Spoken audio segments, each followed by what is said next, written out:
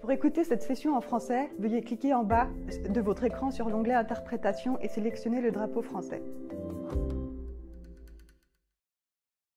Hello. Bonjour. Habari za leo.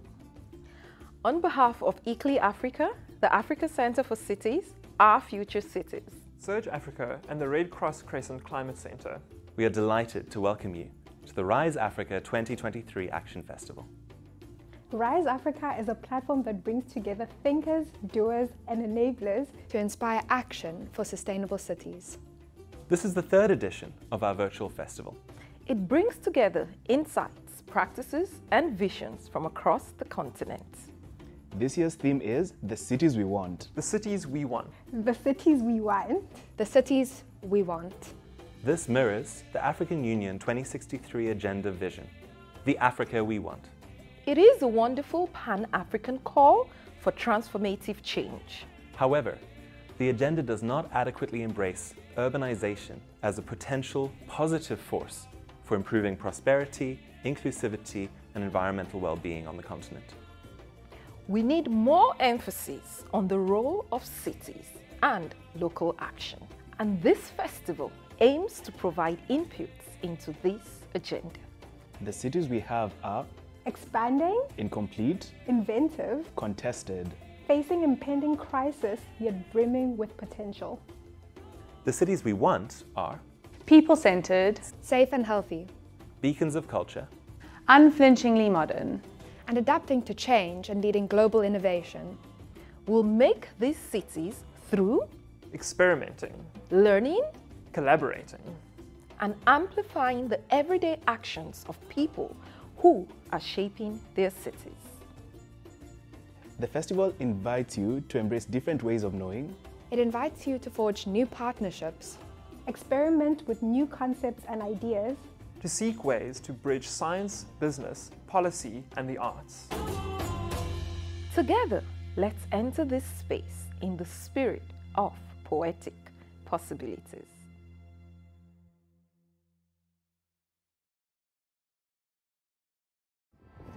The cities I want, I already have. In people, all of us children, mommy's sons and daddy's daughters, not raised ideally, but we're still proper. Carrying dust of townships on our skins, unwashable identities and unsolvable complexes, crisscrossing each other with dance, loving where hatred has tried, succeeding where governments have failed. I see monuments in these lives standing here, deities to be worshipped after now, each one gods in their own rights, kings and queens of the yellow and black. We live here together, synchronized dreamers in a city that never sleeps. If there is still one person left grinding on the streets, when you write about a place like Lagos, we do not convolute the language. Come meet us where joy has found us, on the streets where art has found voice, in dance theaters raised on canals, and open mics staged on wooden bridges. I found my cities here, in the people, full of life, each one a road rager, each one a mouthful of curses, each one a mouthful of blessings, each one a hand full of blessings, because that's how it ought to be.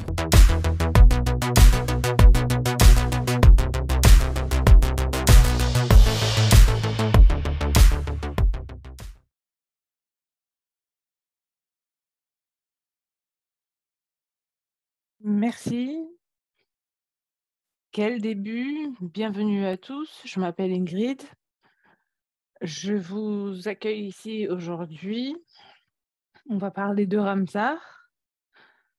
Et je vous souhaite tous la bienvenue.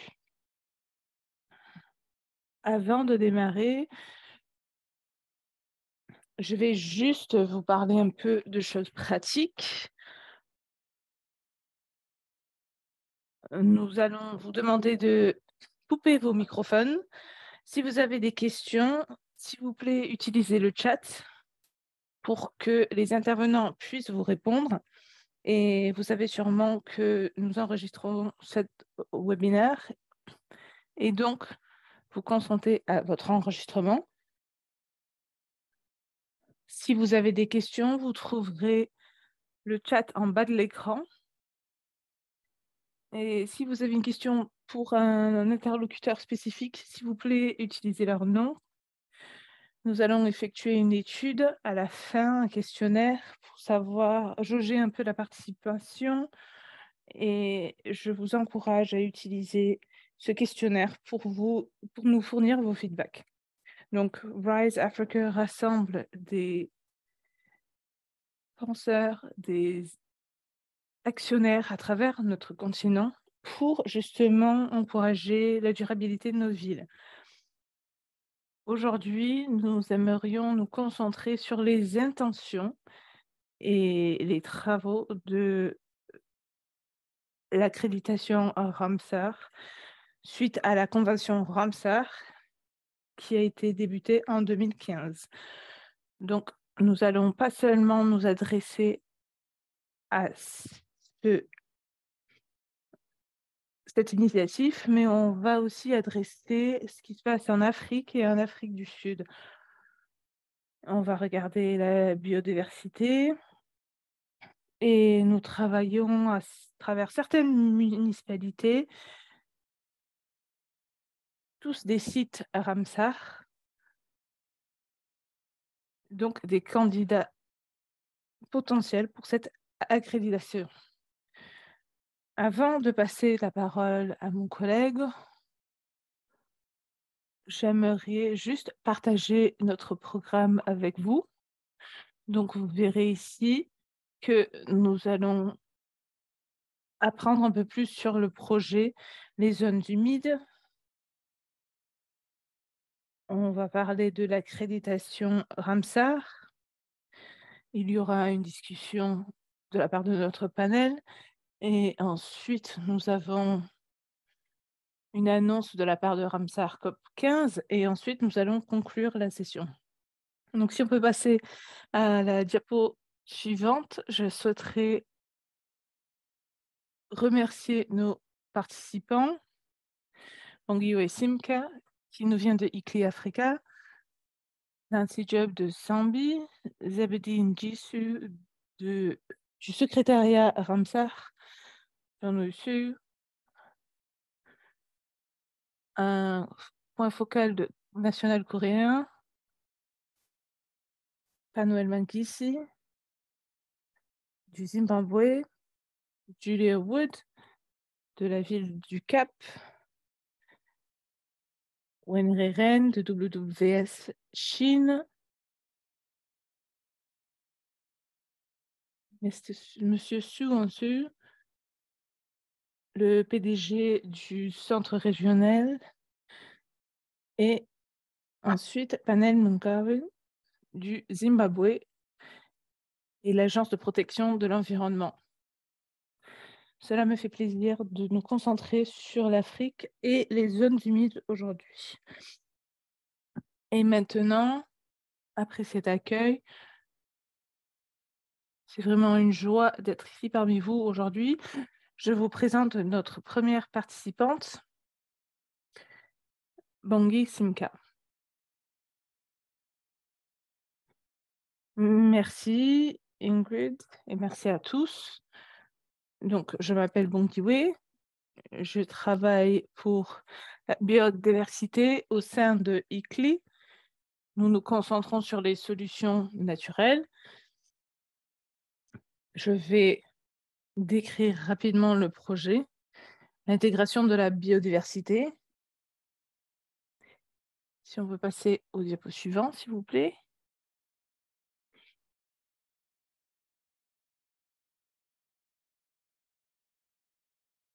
Donc, cette action intégrée au sein du projet est une initiative globale qui est financée par le ministère de l'Environnement pour la conservation et est implémentée par ICLI au sein de ses bureaux. C'est un projet qui a pris ses débuts en 2017 et continuera jusqu'en 2024. Et depuis sa création, le projet a été implémenté à travers 22 villes au sein de 6 pays. Diapo suivant. Le but de ce projet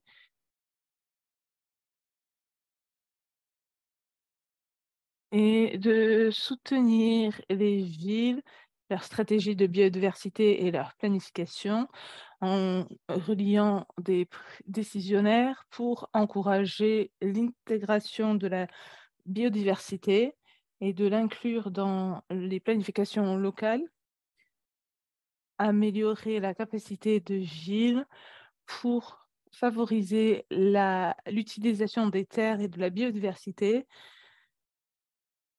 et de développer des instruments de soutien pour justement faciliter cette implémentation. Et dernièrement, nous allons améliorer la biodiversité sur un niveau national et régional.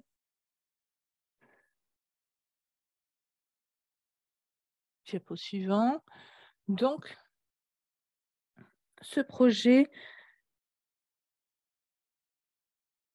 a créé des sessions de partage comme celle-ci pour justement apporter un soutien vers une obtention de nos buts et objectifs.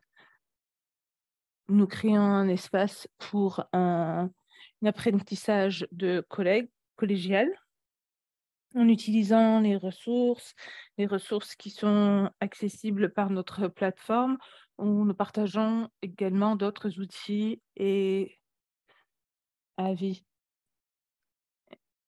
Et ensuite, nous connectons des villes pour encourager ce développement.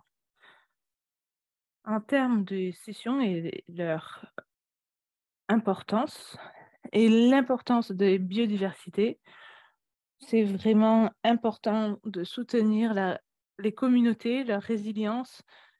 On ne peut pas vous souligner l'importance des zones humides et le rôle qu'elles jouent pour la sécurité de l'eau, pour la biodiversité, la construction de communautés qui doivent créer une résilience suite au changement climatique. Les zones humides étaient un but suite au congrès qui a eu lieu au Canada il y a quelques années, donc un de nos buts 2030, qui fait appel au gouvernement de prioriser les zones humides et pour obtenir un monde où la nature est positive, ainsi que la durabilité de la nature et de l'environnement. La session se concentre sur ces buts, soulignant l'importance du management des zones humides et d'autres initiatives globales qui tentent d'avoir un impact local tout en contribuant à obtenir les buts de la biodiversité 2030 et au-delà. Merci Ingrid. Merci Mondi. Maintenant, on va passer la parole à Nancy. Mais je tenais à vous dire qu'on essaye de résoudre ce problème de points noirs sur les diapos. Et s'il vous plaît, concentrez-vous sur le chat. On vous rajoute des liens pour que vous puissiez avoir plus d'informations sur les projets. Il me semble que Nancy est parmi nous, donc nous allons continuer. Nancy Job, je la connais depuis plusieurs années. Ça me fait vraiment plaisir de l'accueillir avec nous. Elle nous vient de Zambie et elle va nous parler des projets sur lesquels nous travaillons, des zones humides en Afrique et l'importance des sites Ramsar. Elle mène le projet sur les zones humides et les zones d'eau douce. Donc, je vais lui passer la parole. Nancy, on vous écoute. Super, merci Ingrid. C'est vraiment un plaisir d'être ici parmi vous. Si on peut passer au premier diapo, s'il vous plaît.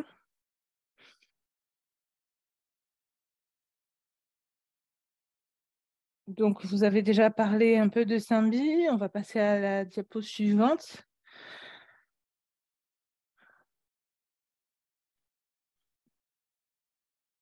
Cela me fait toujours plaisir de voir les flamants roses qui se trouvent aux zones humides au Cap.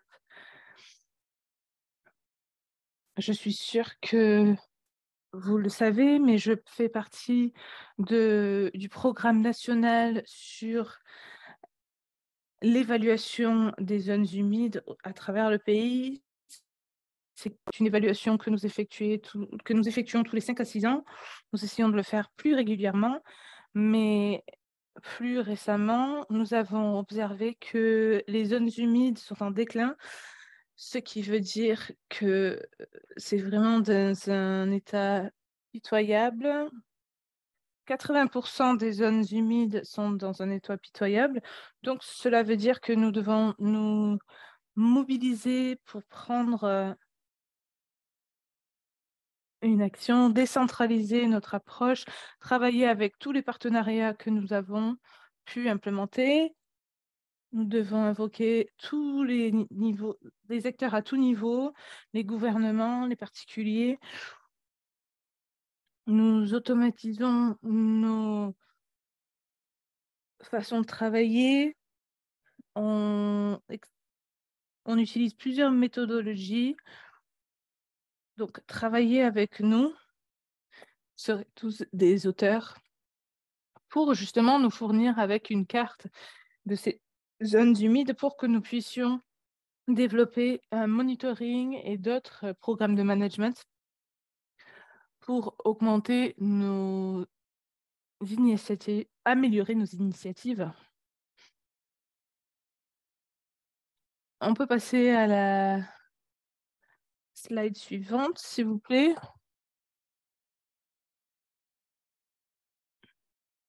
Donc, c'est tellement divers. Je vais évoquer quelques zones humides.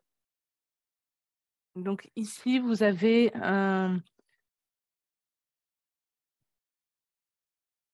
une tourbière. Ici, vous voyez en bas sur la gauche. Donc, je dirais en Afrique, il y a 8% de zones humides. C'est plutôt un climat assez aride dans le sud, dans le nord, pardon.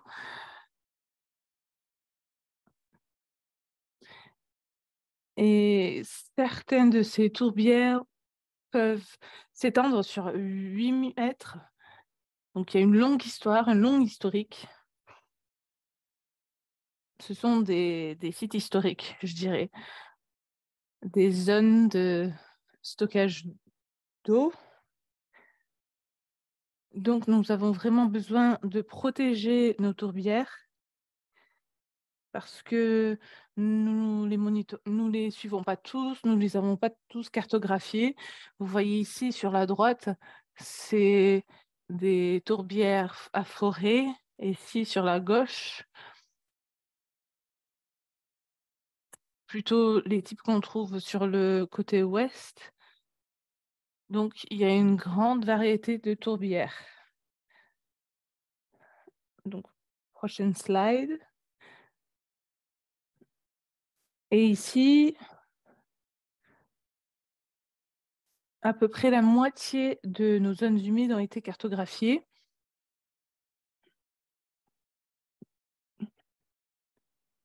Nous avons des zones humides qu'on appelle des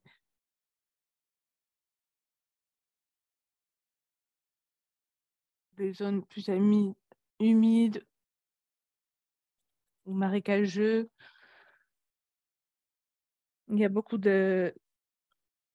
d'invertèbres, des plantes.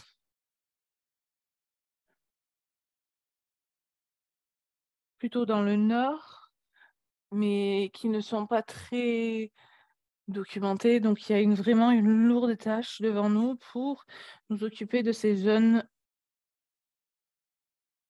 humides. Nos zones humides sont entourées de zones de terres agricoles que vous pouvez voir ici en haut à gauche. Cela devrait être une tourbière, mais c'est devenu un terrain agricole. On construit des logements sur nos zones humides, donc il y a de forts impacts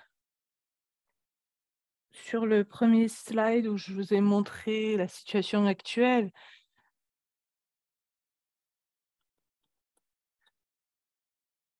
et les menaces qui font face à nos zones humides, ces menaces se trouvent dans les zones plus urbaines. Donc, je pense que cela fait partie du sujet d'aujourd'hui. Si on peut avancer, s'il vous plaît. Encore une fois. Donc, il y a un impact significatif, mais il y a eu un travail efficace qui a été effectué à travers le pays pour réhabiliter nos zones humides. Vous pouvez voir ici en bas à droite, un de nos zones ou efforts les plus significatifs pour justement restaurer nos zones humides. On essaye de réhabiliter par l'infrastructure, l'expertise technique pour encourager cette réhabilitation. Sur la gauche, vous voyez que les zones humides se trouvent sur des collines, donc c'est très pentu.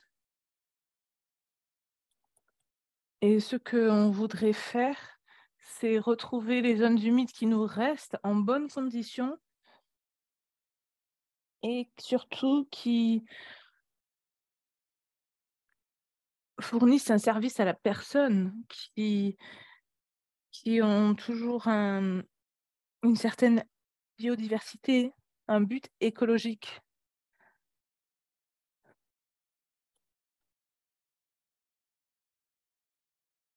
Et si vous pouvez avancer, peut-être, dernier slide. Donc, nous avons 29 sites Ramsar à travers le pays. Vous pouvez voir ici le département de forêt et poissonnerie. Vous voyez qu'il y a des sites marins, estuaires, des îles et des zones humides à l'intérieur du pays également. Donc, nous avons une diversité de zones humides que nous essayons de conserver. Et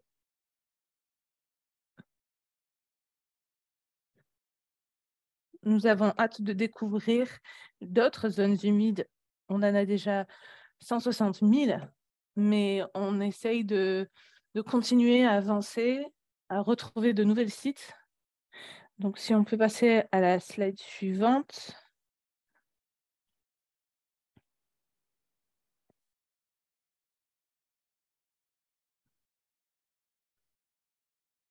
Et juste dernièrement, pour vous encourager à réfléchir au site Ramsar, c'est vraiment une opportunité importante, un focus sur la biodiversité, vraiment important si on veut continuer avec l'identification de nouveaux sites et les encourager dans le classement Ramsar.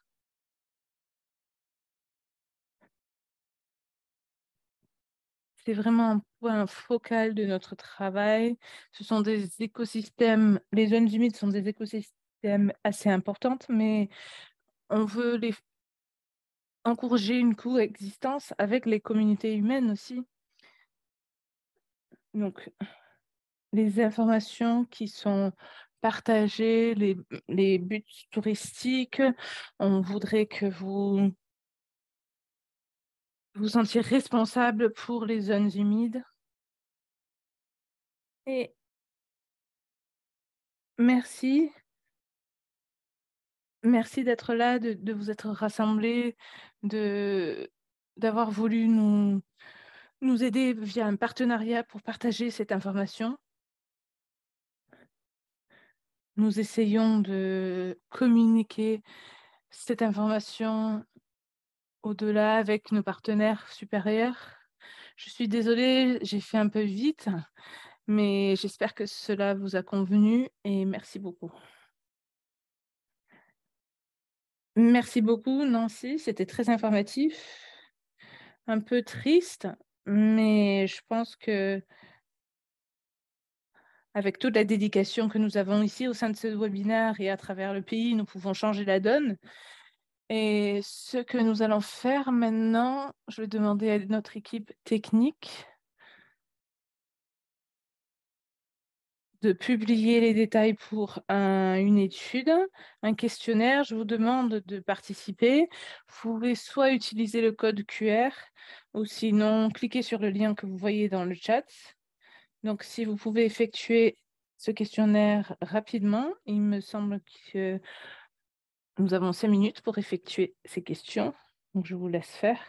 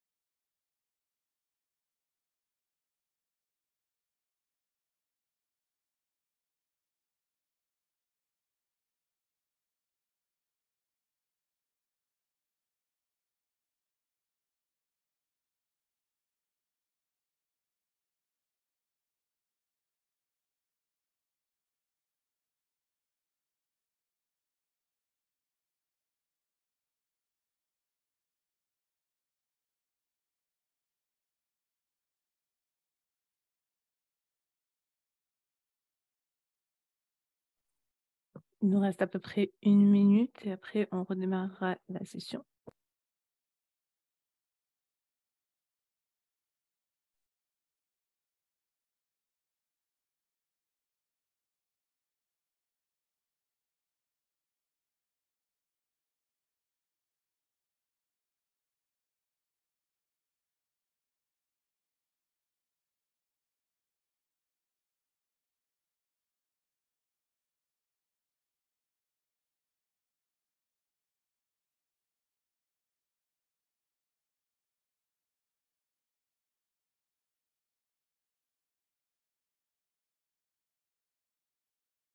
Donc, merci. Nous allons passer à la prochaine partie de notre session. Donc, prochaine diapositive.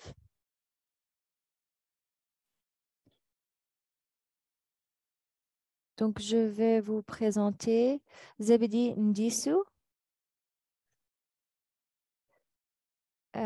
conseiller senior Afrique, membre du National Focal Point et IAC. Aujourd'hui, il va nous parler de la convention et il parlera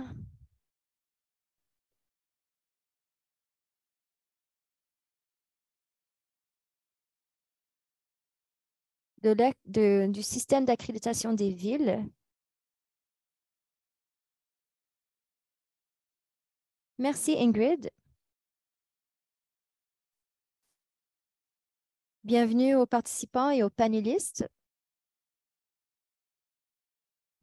C'est une occasion très passionnante.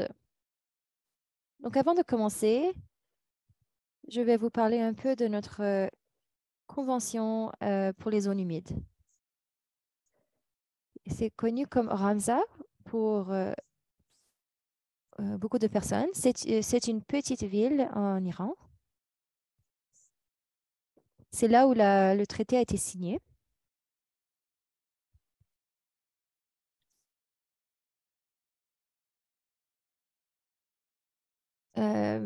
Beaucoup de personnes pensent qu'on appelle la convention Ramsar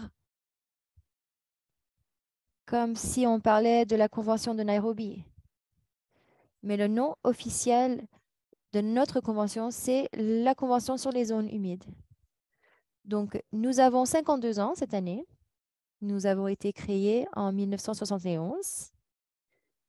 Initialement, l'objectif, la reconnaissance des zones, des écosystèmes sur les côtes et les fonctions des écosystèmes fournis par les zones humides. nous avions l'inquiétude était sur la perte de ces zones humides. Et cette inquiétude venait des habitants. Et c'est pour ça que nous avons choisi ce nom pour notre convention.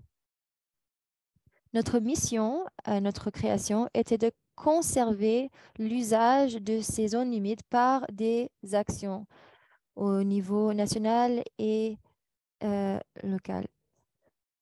Mais non seulement pour cet objectif, mais aussi pour préserver cette conservation pour le développement durable.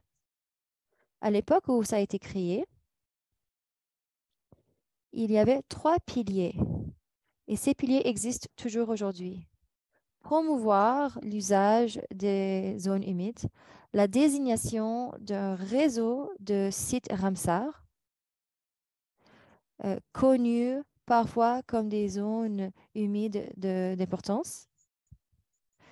Le premier intervenant a fait une belle présentation à ce sujet pour l'Afrique du Sud, mais aussi de faire la promotion de la coopération internationale de l'usage de ces zones humides.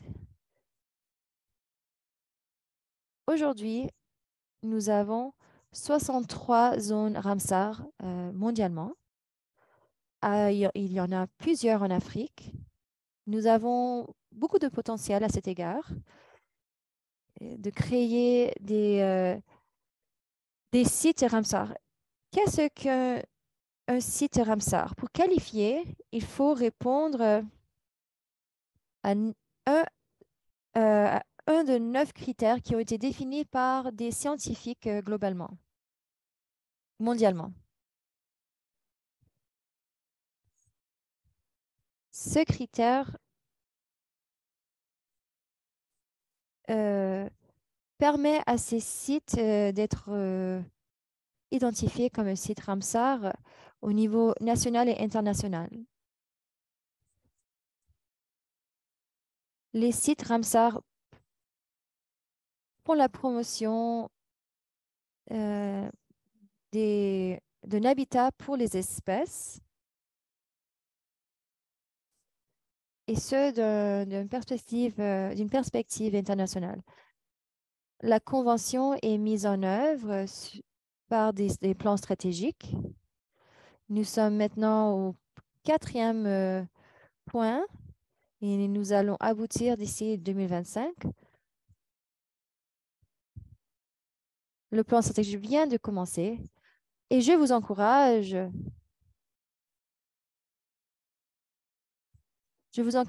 à participer dans le processus de ce plan stratégique. Cela présente une opportunité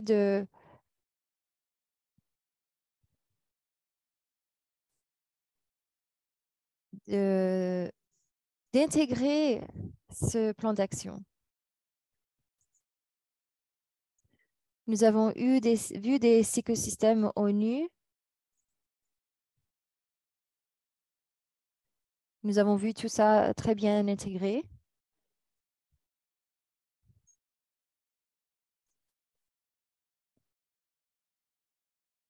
Et ce serait bien si tous les parties prenantes, moi, je parle de moi aussi,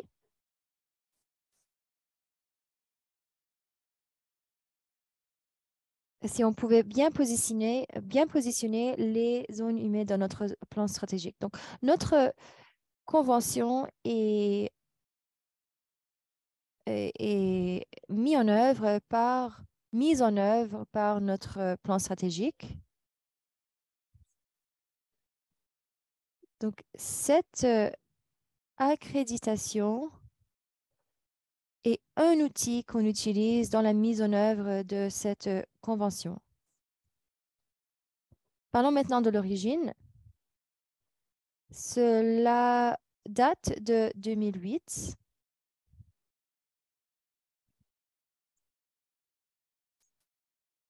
Sous le système de l'ONU, ça a été désigné comme des pays.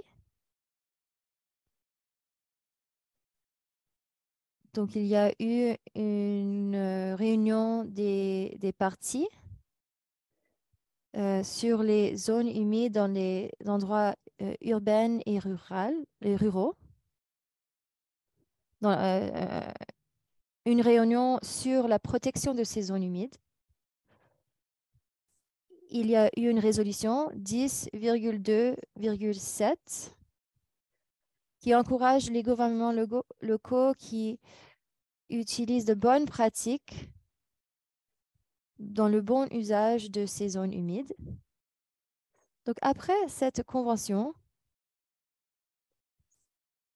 en 2012, la résolution 11,11 a été établie sur la gestion des zones humides urbaines et ruraux. Et pour ce faire, nous avons besoin d'être guidés, d'avoir des lignes directrices. Et donc, ils ont étudié la possibilité d'avoir ce système d'accréditation.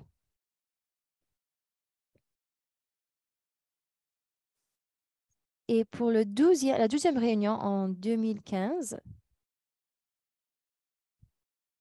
ils ont établi le système d'accréditation dont nous parlons à l'heure actuelle.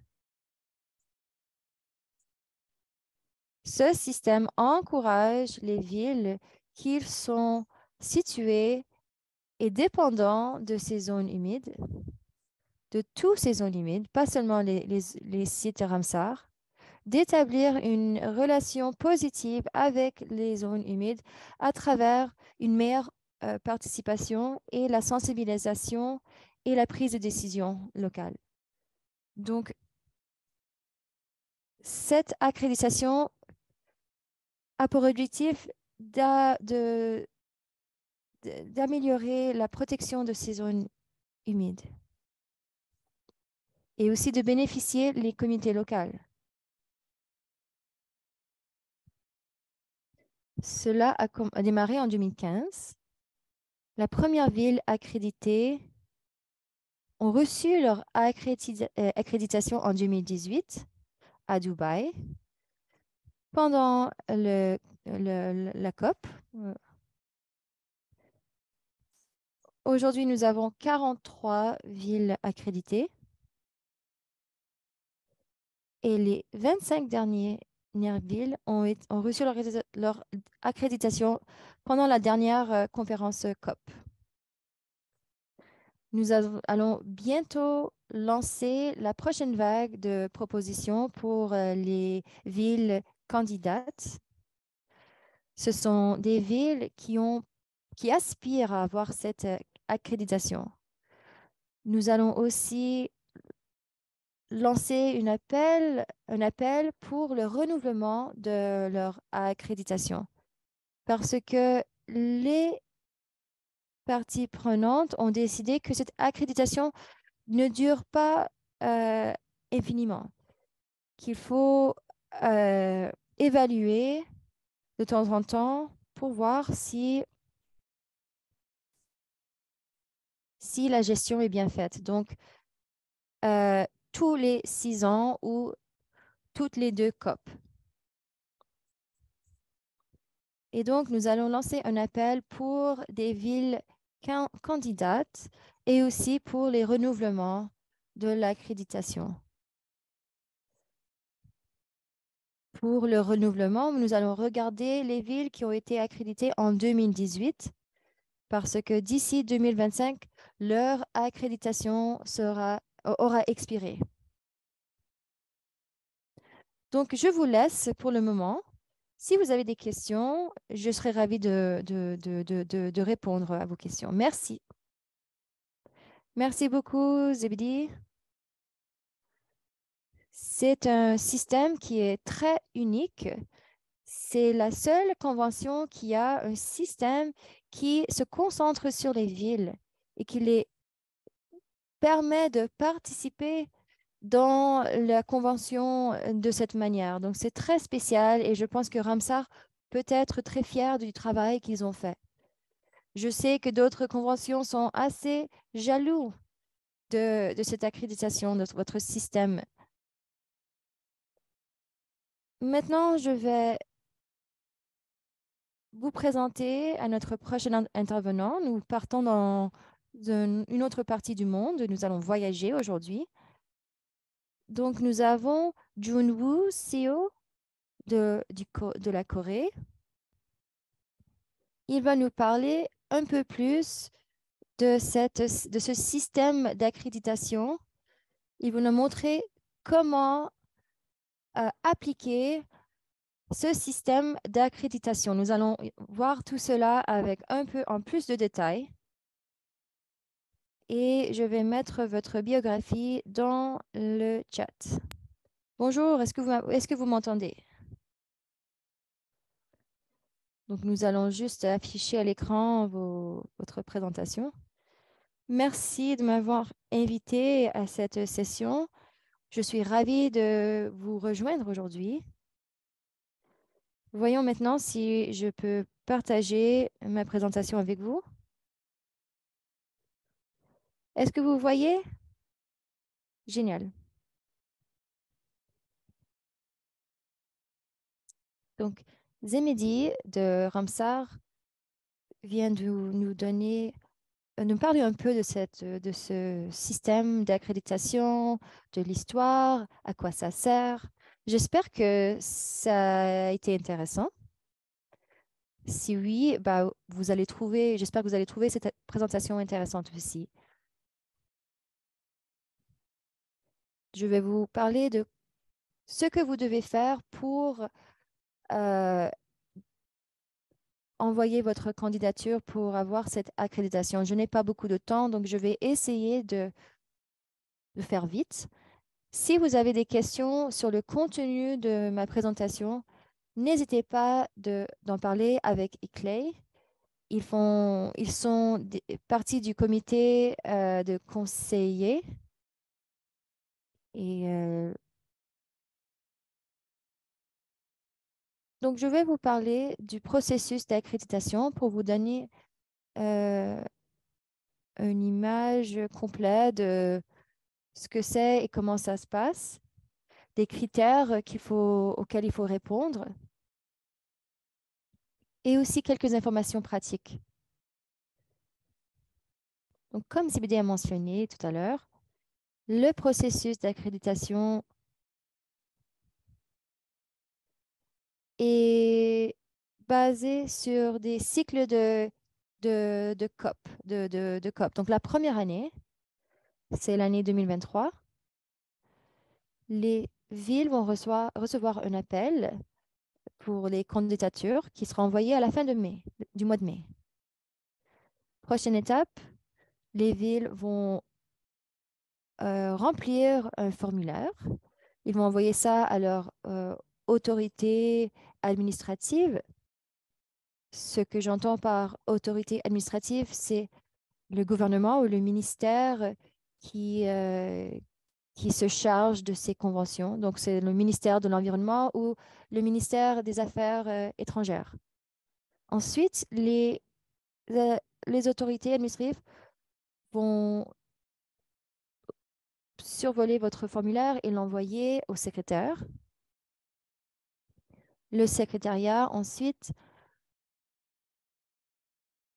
va envoyer ce formulaire au comité indépendant de conseillers, au IAC,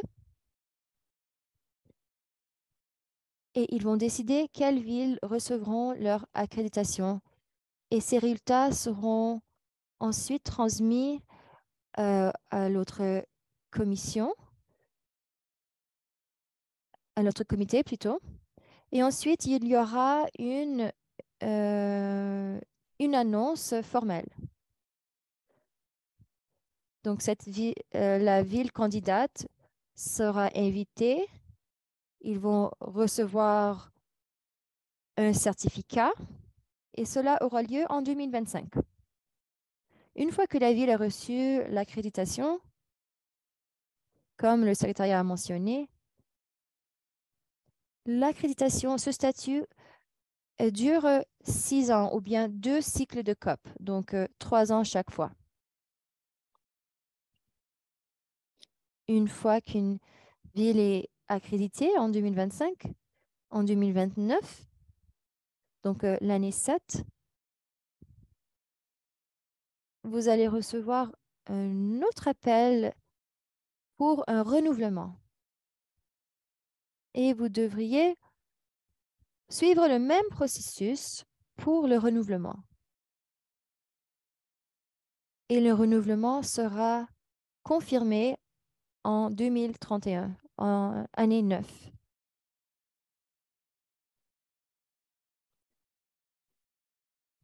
Pour ceux qui ne savent pas qui est l'autorité administrative dans votre pays, vous pouvez aller sur le site web Ramsar. Vous pouvez cliquer sur site et pays, sur les profils des pays. Vous trouvez votre pays dans la liste. Ensuite, vous cliquez sur les contacts.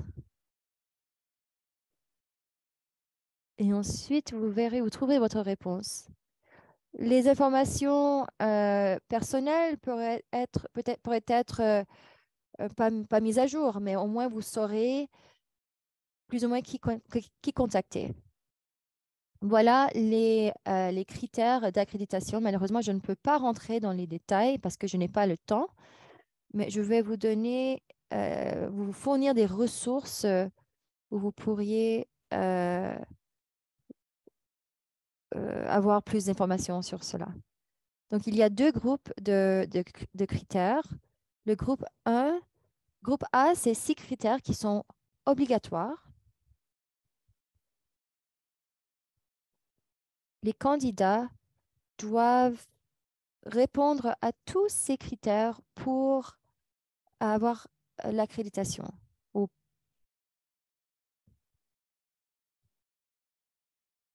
Et ces critères seront évalués par les informations données à travers 9 questions, A.1 à 9. Donc, vous allez retrouver toutes ces questions sur le formulaire.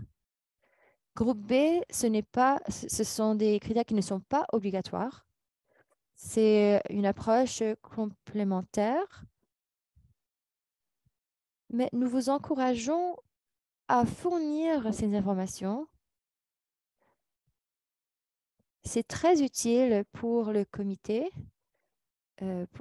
Ça nous permet de savoir un peu plus sur votre ville et aussi de monitorer une fois que vous recevez votre accréditation. Et il s'agit d'un questionnaire de 3 questions. Donc, le premier critère, une question si les zones humides sont des zones d'importance connues comme des sites Ramsar.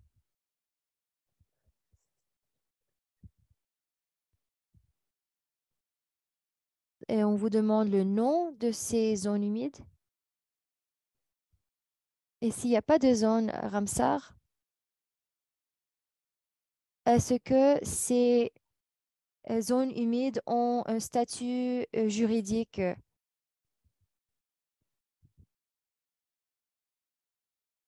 Donc, voilà les 2 questions pour cette question-là. Deuxième critère, si la ville a adopté des mesures pour la conservation de ces zones humides. Donc, vous pouvez mettre les politiques au niveau national ou bien local, des réglementations, des lois, etc., pour prouver que vous avez en effet des mesures en place pour la conservation. Et le 3e critère, c'est sur la restauration des zones humides. Ce critère, c'est une question à répondre. Il faut fournir des exemples sur les zones humides qui ont été restaurées au sein d'une ville en tant qu'infrastructure urbaine. le contrôle du climat, etc. Quatrième critère, est-ce que ces zones humides sont considérées prises en compte dans l'intégration spatiale ou l'usage de la Terre? Ici, vous pouvez fournir toutes les informations sur comment ces zones humides sont considérées importantes et quel plan de gestion, la gestion de l'eau, etc. Cinquième question, plutôt cinquième critère, et je pense que c'est celui qui est le plus important, avec 3 questions. Donc, la sensibilisation du public et la participation publique. Ici, on vous demande comment les villes s'assurent de la participation des parties prenantes locales, les groupes marginalisés, les femmes, etc., et aussi des processus de gestion. Nous avons des questions sur la sensibilisation du public. Est-ce que la ville a établi des processus pour la sensibilisation, que ce soit par une éducation? Est-ce qu'on fournit au public des informations sur les zones humides de façon régulière? Et finalement, est-ce que la ville fait la promotion de la journée mondiale des zones humides? Et finalement, le dernier critère, est-ce que la ville a un comité local qui est dédié à ce système d'accréditation pour s'assurer que la ville maintient cette accréditation? Groupe B.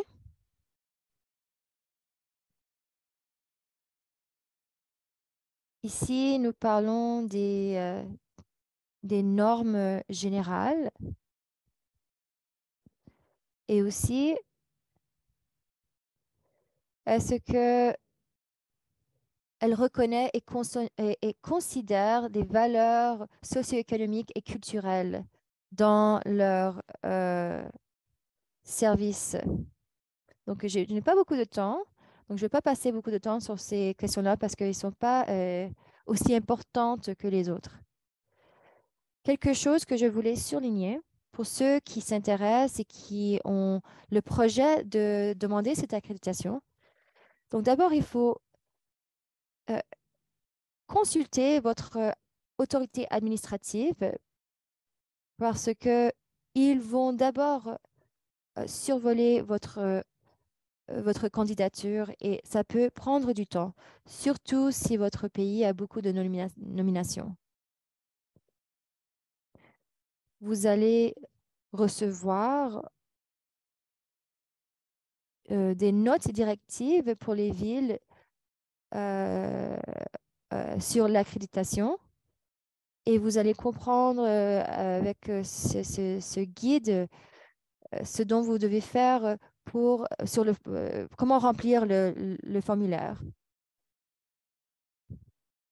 Il faut aussi garder en tête que il faut répondre en utilisant seulement du texte, c'est-à-dire avec une limite de 2500 mots. Et il faut aussi fournir des preuves pour tout ce que vous avez décrit dans le formulaire de nomination. Et donc, vous pouvez fournir cela, ça peut être des plans, des instruments, des outils réglementaires, etc., des photographes. Merci beaucoup de votre participation. Je m'excuse que c'était pas très... que c'était un peu... pas très intéressant peut-être, mais j'espère que ça a été utile pour vous. Si vous avez des questions, n'hésitez pas à me joindre et surtout n'hésitez pas à poser des questions à ICLEI.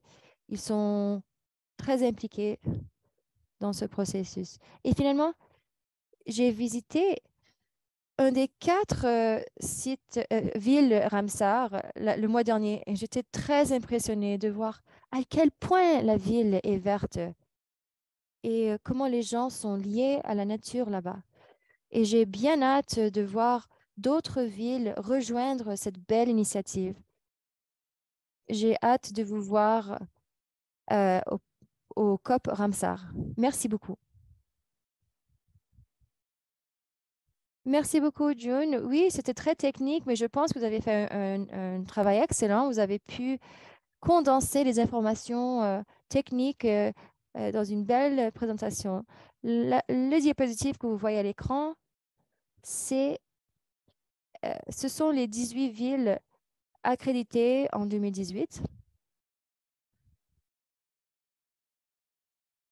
Et nous allons maintenant vous montrer une courte vidéo pour vous montrer ce qui s'est passé COP 14, donc en 2022. Et vous allez voir les villes qui ont été accréditées récemment.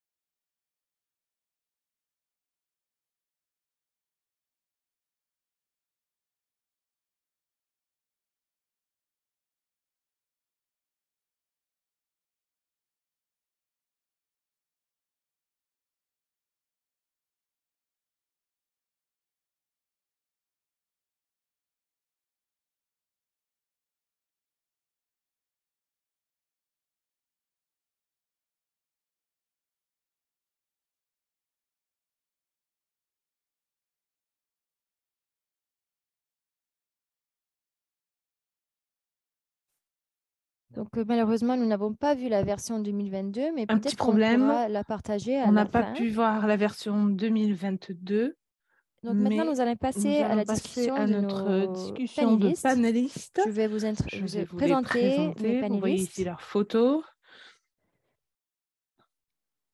Donc ici, de gauche à droite, Julia Wood, qui nous vient de la ville de Cap, le manager de biodiversité. Ensuite, Winwei Ren, directeur de programme de conservation en Chine. Anki Lénard, membre du Friends de Nelsley. Xiang Osu, directeur exécutif du centre régional Ramsar, qui est aussi basé en Corée. Et dernièrement, de la part de Rwanda, Theosia Ngabo, le représentant de l'environnement et Management Authority au Rwanda. Donc, ma question, et Julia, j'espère que vous pourriez me répondre. Je voulais juste féliciter la ville du Cap. C'est un nouveau membre. Vos sites Ramsar sont accrédités depuis COP 14.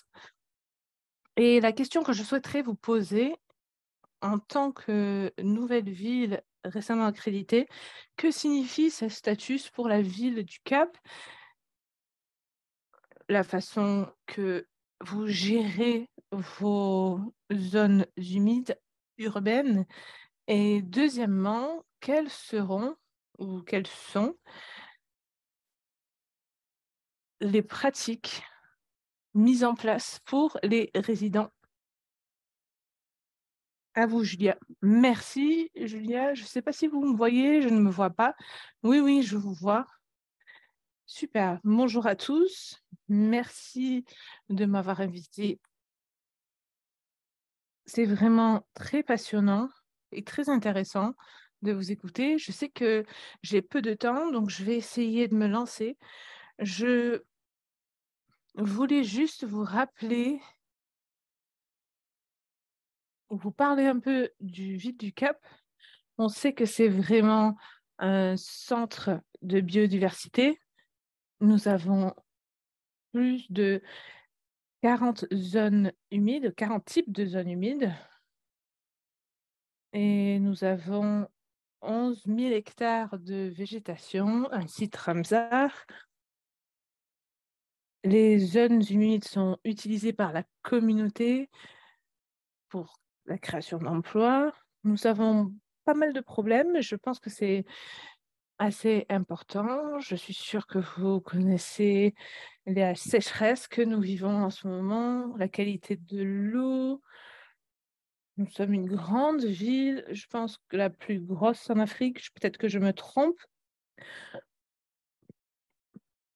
mais cela engendre beaucoup de problèmes, des villes informelles, des bidonvilles, des structures très anciennes, donc nous avons beaucoup de problèmes de qualité de l'eau. Donc pour moi, sur un niveau international, je dirais que c'est vraiment un gros plus parce que on est reconnu pour avoir fait quelque chose de bien. Et donc pour nous et nos politiques, nos politiciens, pardon, c'est vraiment super. C'est super d'avoir cette reconnaissance internationale, d'être reconnu internationalement sur un niveau national, international. Et ensuite, nous pouvons participer à des discussions telles que celle-ci et partager notre savoir-faire. Mais comment est-ce que cela aide les participants, le peuple? Pour moi, c'est fournir une information pour obtenir cette recognition. C'était un processus d'application assez long, mais cela nous a obligés de nous concentrer sur les types de zones humides. Je pense que nous avons 40 types, mais on a dû respecter les critères de zones humides Ramsar. Et cela m'a rappelé aussi que nous avons des tourbières très intéressantes. Je sais que Nancy a évoqué qu'il y a beaucoup de zones intéressantes au sein de nos zones, de nos bassins versants, de nos zones de captage. Et aussi, cela nous permet de partager ce qui se passe sur un niveau international, d'impliquer plusieurs communautés, plusieurs personnes. Cela peut nous assister avec notre financement, avec nos demandes de financement en interne et en externe. Et pour moi, toute cette information qui s'applique aux zones humides, parfois on oublie l'importance du lien entre la biodiversité et le climat. Nos zones humides sont très utilisées, très exploitées, et je pense que cette accréditation Ramsar nous aide à démontrer et aux politiciens et à la communauté que nous avons quelque chose de spécial et aussi regarder vers le futur avec nos communautés. Donc, c'est ce que je dirais.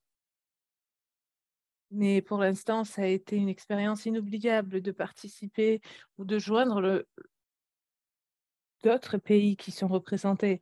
Pour nous, c'était vraiment super d'être sur une scène internationale. Merci à Ramsar.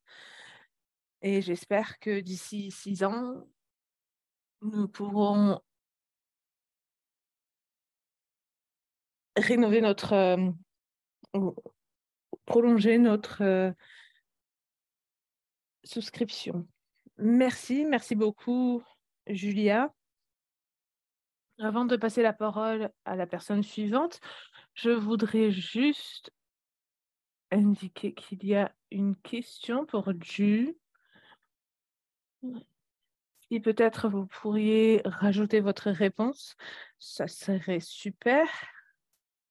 Et je vais maintenant continuer. Donc, ma question suivante, je m'adresse ici à une ville récemment accréditée également, Kigali, et j'aimerais féliciter le gouvernement et la ville de Kigali.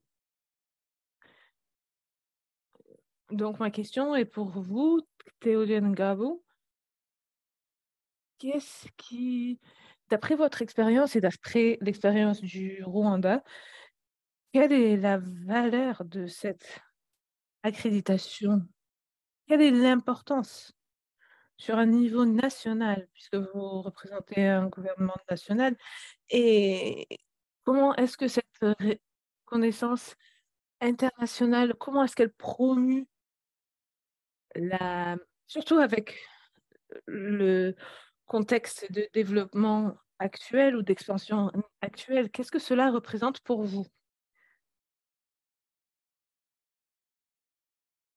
Merci pour la question. Je pense que vous m'entendez. Avant de répondre à votre question, je voudrais vous donner un aperçu de Rwanda en termes de gestion d'eau.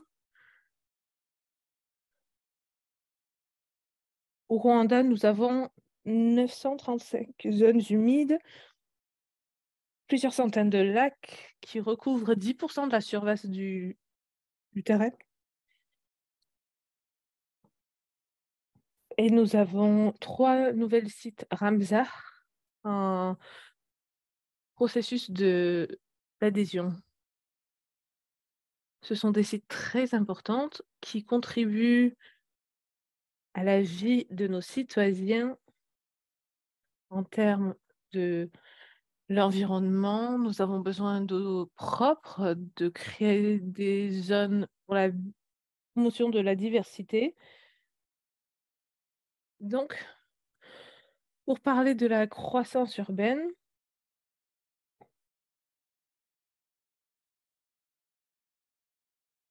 notre croissance s'estime actuellement à 4,5%, qui est au-delà de la moyenne globale qui est de 1,8%. Kigali est la ville avec une population urbaine, mais aussi des villes secondaires et satellites qui contribuent aussi à la population. Cette croissance urbaine apporte aussi des enjeux en termes de planification de la ville et l'équilibre de la durabilité et la vie économique. Nous devons aussi créer des villes résilientes, bons pour l'environnement et durables. Un des enjeux clés que nous retrouvons aujourd'hui, c'est l'utilisation durable à travers l'agriculture, l'utilisation humaine et les impacts du changement climatique. Donc, le Rwanda a utilisé les zones humides et la réhabilitation de zones humides pour faciliter ce changement. Merci d'avoir visité notre pays, d'avoir dit que notre pays est vert, mais aussi le Rwanda est en voie pour devenir une des villes les plus propres. Nous avons interdit l'utilisation de plastique à usage unique et nous avons aussi été reconnus pour cette accréditation Ramsar. Nous avons également réhabilité des zones humides telles que Miagungu, qui est un parc de récréation, de loisirs, avant qui était juste une simple zone humide.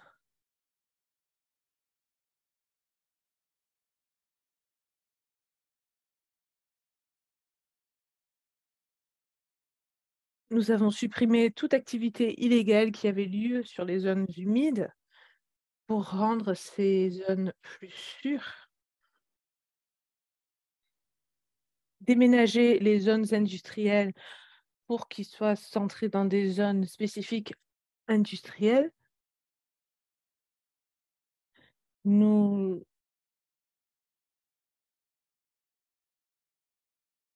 cherchons aussi à améliorer et réhabiliter les zones humides. Donc, pour revenir à votre question, cette reconnaissance a une très grosse valeur pour nous, pour notre pays, non seulement pour la ville de Kigali, mais aussi d'autres villes dans notre région, parce que c'est une très bonne aspiration, encouragement pour d'autres régions dans le pays, pour justement améliorer l'utilisation des zones humides, encourager les activités économiques qui promuent l'utilisation, la bonne utilisation des zones humides. Nous souhaitons aussi promouvoir la bonne utilisation pour les communautés locales, parce que nos communautés sont intégrées et savent utiliser ou contribuer et participer au bon fonctionnement et la bonne utilisation des zones humides. Nous avons un programme qui s'appelle Umganda, qui encourage nos citoyens à gérer nos zones humides, nettoyer les villes. Cette information est répandue au travers nos citoyens qui participent à cette nouvelle tradition et à la bonne utilisation des zones humides. Et dernièrement, cette accréditation est l'occasion pour le Rwanda de rejoindre le réseau de villes, pays accrédités, qui peut attirer des investisseurs et le développement qui peuvent contribuer à notre plan maître. Mais dans la ville de Kigali, nous avons élaboré un plan pour les zones humides qui surligne des zones particulières, des zones propices à une développement, à la conservation. Toutes ces zones sont de bonnes opportunités pour des investisseurs pour contribuer à la bonne utilisation de zones humides. Merci beaucoup. Merci beaucoup. C'est très impressionnant comme témoignage. Et j'aime beaucoup l'histoire de Muganda, si je prononce cela correctement. Je vais maintenant passer la parole à un autre participant qui mérite aussi des félicitations. Wenwei Ren, félicitations à la Chine, parce que vous avez 13 villes accréditées en Chine. Et ma question pour vous, la Chine a été un acteur clé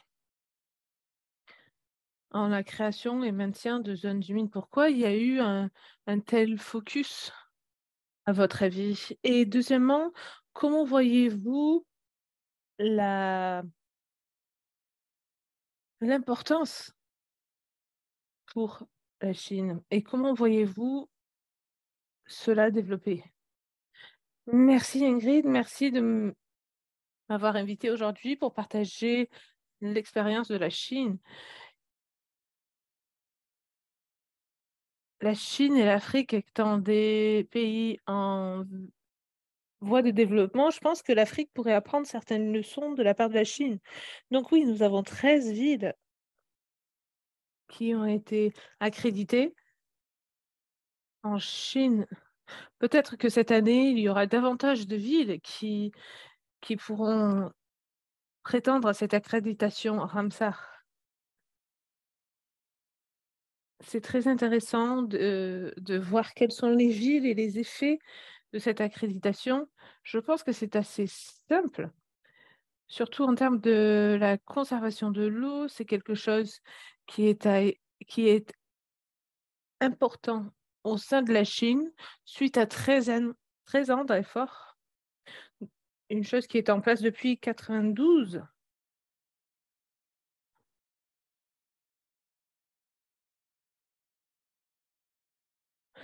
Auparavant, nous n'avions pas une bonne utilisation, planification et utilisation des terres. Il n'y avait pas de protection, de reconnaissance. Donc, les terres pourraient être facilement utilisées pour une activité humaine, agricole ou construction. Et le public ne comprenait pas l'utilisation des zones humides. Il pensait que c'était des zones plutôt dangereuses. Donc, en Chine, nous avons effectué beaucoup de lobbying auprès du gouvernement pour améliorer la connaissance de ces zones humides.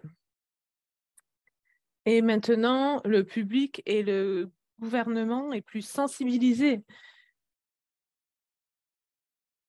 Auparavant, c'était des zones qui étaient protégées par des lois, mais des lois différentes à niveau provincial et citoyen. Et maintenant, nous comprenons que ces zones humides sont des écosystèmes assez importantes. Et on a pu les réhabiliter à des parcs de zones humides et comprendre pourquoi il y a un intérêt aussi important sur nos zones humides. L'accréditation et les détails qui ont suivi ont été très importants.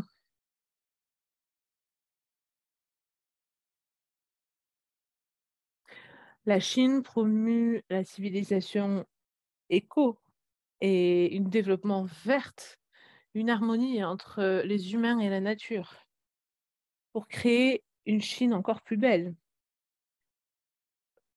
Je pense que c'est non seulement une philosophie, mais aussi un mécanisme descendant pour nous guider la province vers le gouvernement, les stratégies gouvernementales et encourager ces développements économiques. La Chine a présenté un nouveau concept de développement qui surligne le développement de qualité. Et ce modèle Ramsar s'aligne avec ce modèle de développement. C'est ouvert, c'est vert.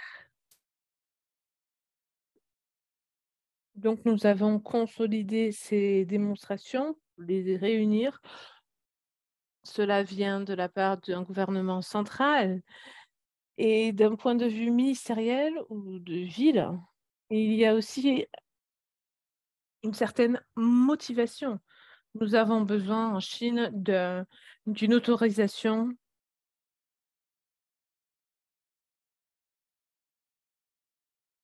de la part du gouvernement pour les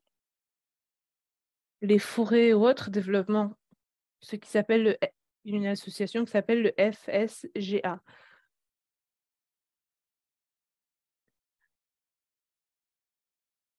Parce que les zones humides sont plus concentrées sur l'écotourisme.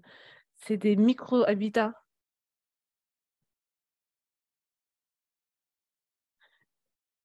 Et en ce moment, il y a beaucoup de zones humides différentes, mais il y a certaines difficultés quand on essaye d'établir un schéma particulier. Dans certaines villes, la conservation des zones humides est liée à des départements gouvernementaux différents. Donc, par exemple, le ministère de l'Environnement s'occupe de la qualité de l'eau. Le ministère de l'Agriculture s'occupe des poissonneries. Le ministère de ressources d'eau s'occupe de la structure, par exemple. Donc, sur un niveau administratif, nous avons besoin d'une organisation pour réunir tous ces infrastructures, ces décisionnaires. Et je pense que le maire d'une ville pourrait coordonner tous ces différents départements. Il y a une forte motivation pour promouvoir cette convention Ramsar. Mais d'un point de vue de la ville, au cours de ces 40 dernières années, les villes ont subi une croissance énorme, une île urbaine. Quand on parle des forêts de béton, c'est qu'il y a un manque de nature, d'environnement naturel. Donc, cela rend la vie de ville très difficile. Donc, plusieurs villes ont essayé de revoir comment ils pouvaient ramener la nature en ville.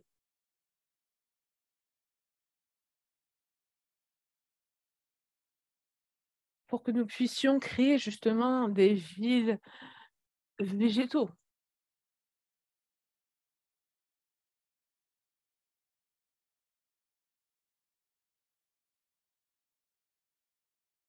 Pour justement créer des villes, pour encourager le développement de la ville, pour attirer de nouveaux touristes.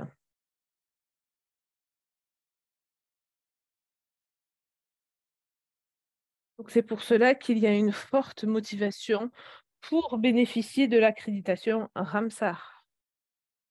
J'ai pu échanger avec le maire de la ville qui vient de bénéficier de cette accréditation et ils en sont très fiers. C'est quelque chose qui peut être bénéfique à la ville. En termes de l'impact des zones humides urbaines, je pense que cela aura un impact significatif sur la conservation, mais positif du point de vue de financement. Si la ville pouvait être accréditée en tant que ville Ramsar, je pense qu'il est essentiel pour nous de soutenir la réhabilitation de ces zones humides et aussi soutenir le développement urbain. Si nous avons besoin de comprendre ces infrastructures encore plus. Donc, la conservation de l'eau devrait être intégrée à la construction et au futur des villes dans le long terme. Deuxièmement, la législation devrait protéger ces zones humides.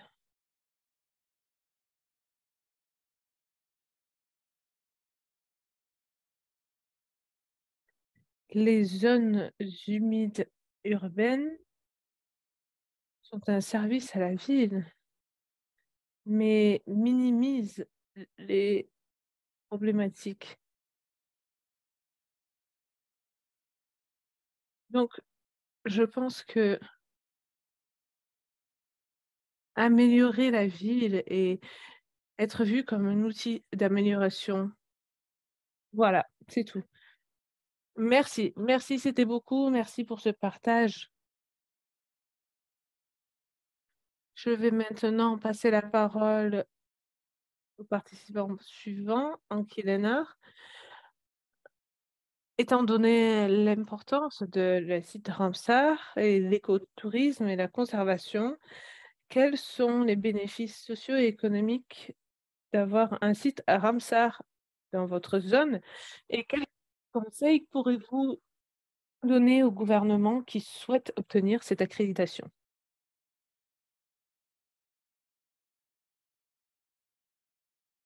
Merci beaucoup. Bonjour à tous.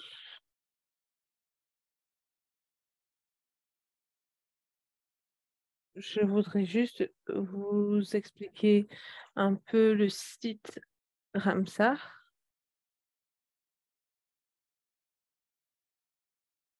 C'est une des plus grands sites naturels d'inondation en Afrique du Sud. Il a été déclaré site Ramsar en 1998.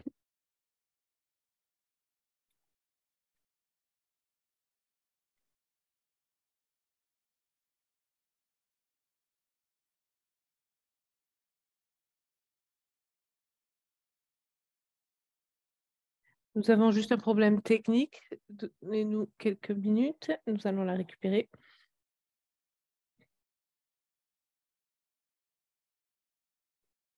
On a quelqu'un au téléphone et on a l'image sur Zoom.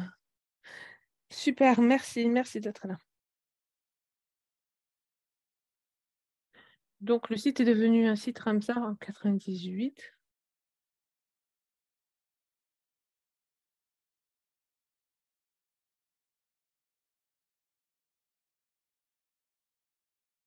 Je suis désolée, l'interprète n'entend pas.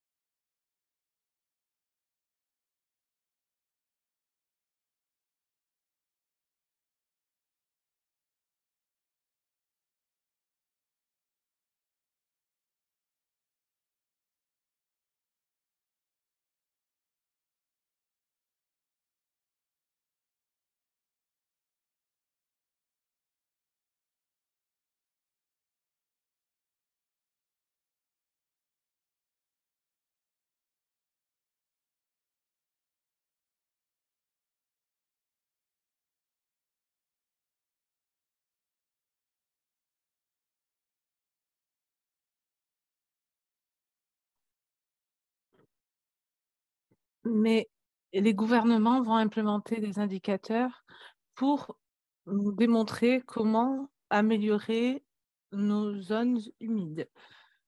Cela devrait être implémenté dans le développement de ces espaces et inclure les communautés, qui sera important parce que cela nous fournira des solutions aux gouvernements locaux et cela pourra aussi être inclus dans la planification et inclus dans les démarches de marketing et de développement.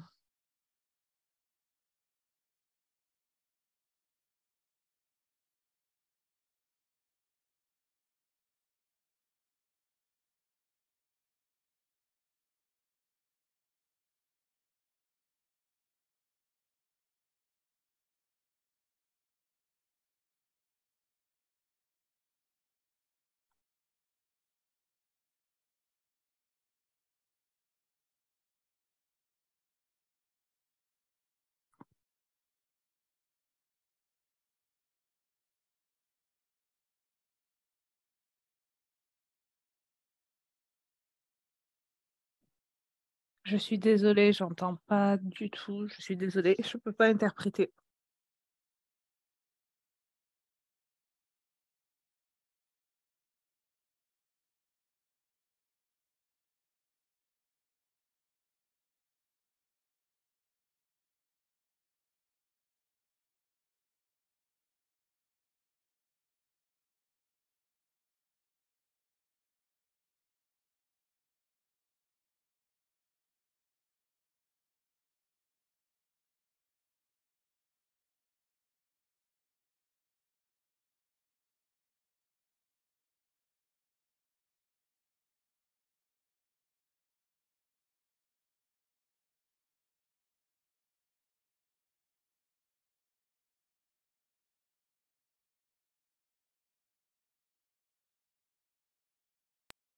Merci. Est-ce que vous pouvez nous partager vos notes parce que malheureusement, la qualité du son n'était pas au rendez-vous. Mais merci beaucoup d'avoir participé et malgré la mauvaise connexion. Donc, mon dernier panéliste aujourd'hui, Monsieur Sou, qui vient du Centre régional de Ramsar, il est le directeur général.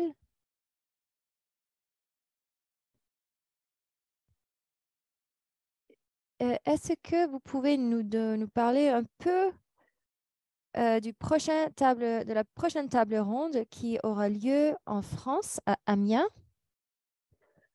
Et tous les maires de ces zones humides vont se rassembler. Pourriez-vous nous parler des avantages de ce rassemblement et de ce que ça veut dire pour les habitants de ces zones humides? Merci de m'avoir invité à cette session, à ce webinaire, en tant que panéliste. Oui, donc nous allons avoir une deuxième table ronde pour les maires de zones humides. Ce sera entre le 8 et 9, 8 au 10 juin. Nous avons des objectifs clairs à atteindre. Nous voulons partager les politiques de ces zones humides. Pour les villes, le maire est élu. Donc, ils sont chargés d'améliorer la ville pour les habitants. Il y a aussi une notation qu'ils reçoivent pour la prochaine élection. Chaque ville a ses points forts et c'est une opportunité d'apprendre d'autres villes.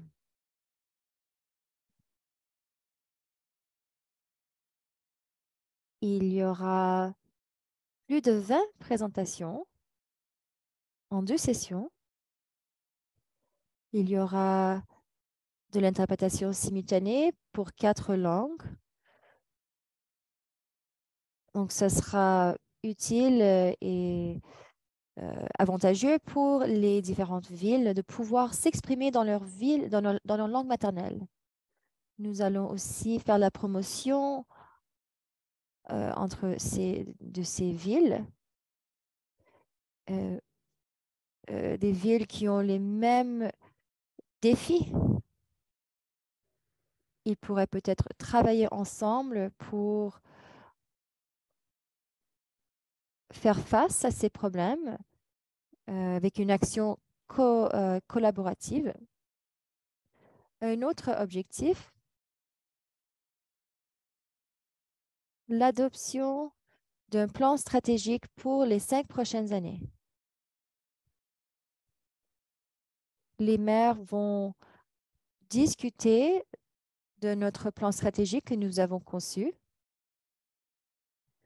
Ce plan de stratégie pour notre convention Ramsar.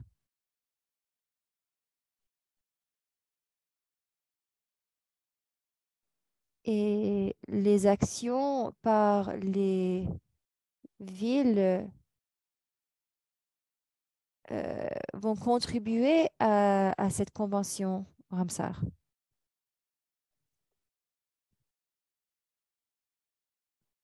Nous allons introduire aussi une résolution qui a été adoptée pendant la COP 14 l'année dernière.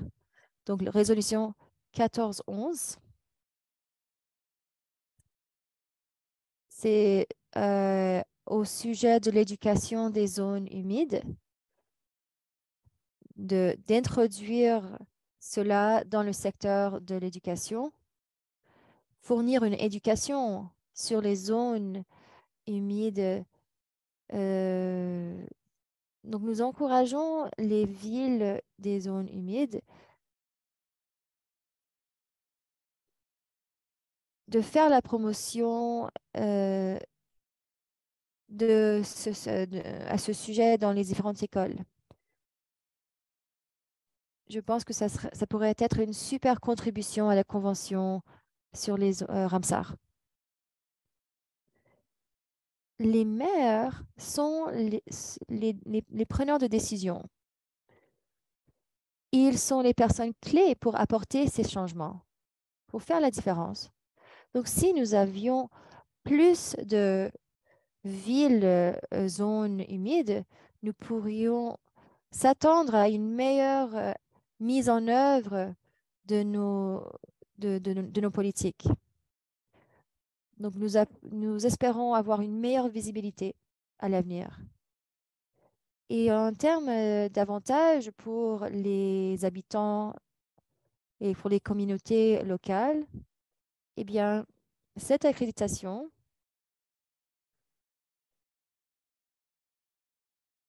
dont nous avons parlé aujourd'hui, c'est une reconnaissance globale, mondiale. C'est important pour l'écotourisme qu'il promue. Ça peut augmenter la vente de différents produits. Donc, il y a pas mal d'avantages pour les villes.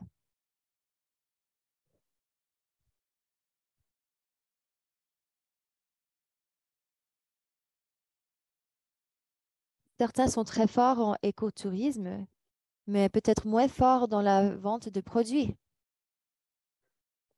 Mais à travers cette session de partage avec les maires, le table ronde des maires, ils vont pouvoir échanger sur ces sujets.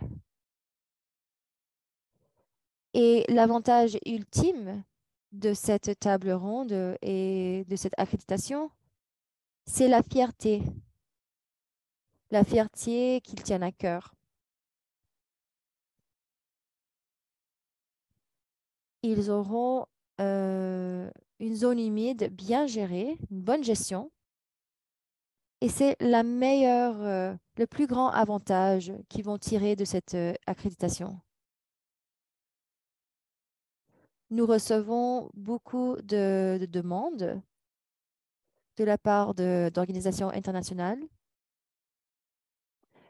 Ils veulent s'engager dans cette accréditation de zones humides. Ils souhaitent travailler plus étroitement avec nous, plus étroitement avec nous. Le WWT, ce sont les partenaires des organisations internationales de Ramsar.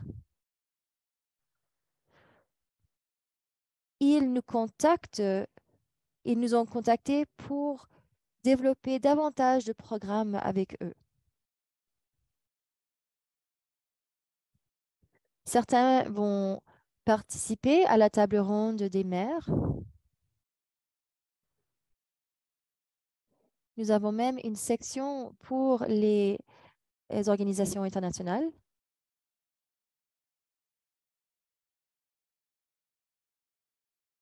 Merci. Merci beaucoup. Et pour tous ceux qui représentent des villes, vous avez reçu l'appel de M. Sou. Il nous faut plus de villes en Afrique, plus de villes accréditées en Afrique. Merci à tous mes panélistes, surtout ceux qui proviennent de l'Asie. Je sais qu'il est très tard chez vous, donc nous sommes très reconnaissants. Cela montre l'engagement des gens de l'Est en cette matière. J'ai une annonce très importante à vous faire. J'espère que M. Mangisi est présent et il est du Zimbabwe. Est-ce que vous êtes toujours avec nous? Je sais que vous avez une annonce très importante à nous faire. Oui, je suis toujours là. Bon après-midi à tous ou bonsoir. Comme Ingrid vient de mentionner, je suis Fanuel Mangisi. J'aimerais remercier tout le monde. L'annonce que j'ai à vous faire, au Zimbabwe, nous allons être les hôtes de la COP 15. Ce sera au Victoria Falls, les chutes de Victoria. C'est un honneur et c'est une super opportunité pour le Zimbabwe d'organiser un événement important et aussi une occasion pour l'Afrique de se faire remarquer sur la carte pour montrer ses efforts, ses contributions et tous ces efforts dans notre engagement sur la gestion des zones humides. Ce sera l'occasion pour tout le monde de venir, de faire du networking et de parler de ce sujet. Parlons maintenant des chutes Victoria. Donc, c'est le site, le prochain venu pour la COP 15. Ça a été choisi pour plusieurs raisons. Raison numéro 1, c'est un des 7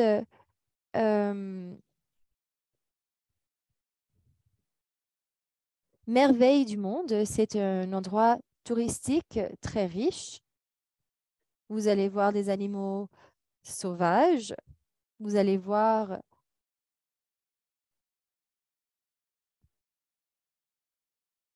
les forêts tropicales. Et c'est aussi un des 7 sites Ramsar. Et donc, rassembler tous les parties prenantes aux chutes Victoria, ce sera l'occasion pour nous de montrer tout ce que nous avons fait, de vous parler de nos enjeux et de la gestion. Donc, je prends cette occasion, je profite de cette occasion de vous inviter. J'invite tous les acteurs, les parties prenantes dans la gestion des zones humides. Je vous invite tous et toutes à la COP 15 en 2025. Les dates, le 23 au 31 juillet 2025. Je répète, le 23 au 31 juillet 2025. Tout le monde est invité, tout le monde, nous vous attendons tous. Merci et quel super point pour clore notre session. Quelques annonces. J'ai une question. Il y a une question pour Julia Wood. Est-ce que vous pouvez répondre, s'il vous plaît, avant de partir? Nous avons enfin retrouvé la vidéo pour notre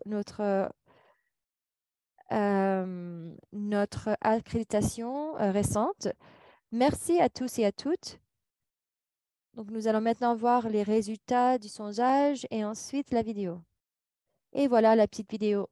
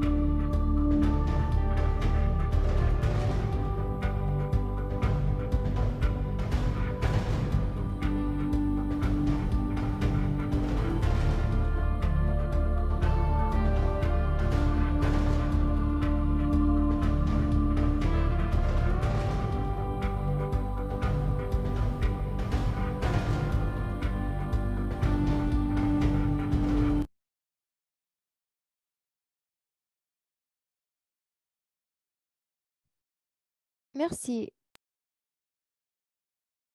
C'est un grand plaisir pour moi de remercier tous nos intervenants. Merci d'avoir partagé vos connaissances et toutes ces informations. Pour les panélistes qui n'ont pas eu l'occasion de répondre aux questions, c'était très, très utile. Nous allons retenir beaucoup de ces messages et nous espérons voir plus de villes, zones humides en Afrique. Nous espérons voir tout le monde avec M. Mengistu au prochain COP, à la prochaine COP. Donc, merci à tous et à toutes. C'était un super webinaire. Nous avons reçu de très bons commentaires dans le chat.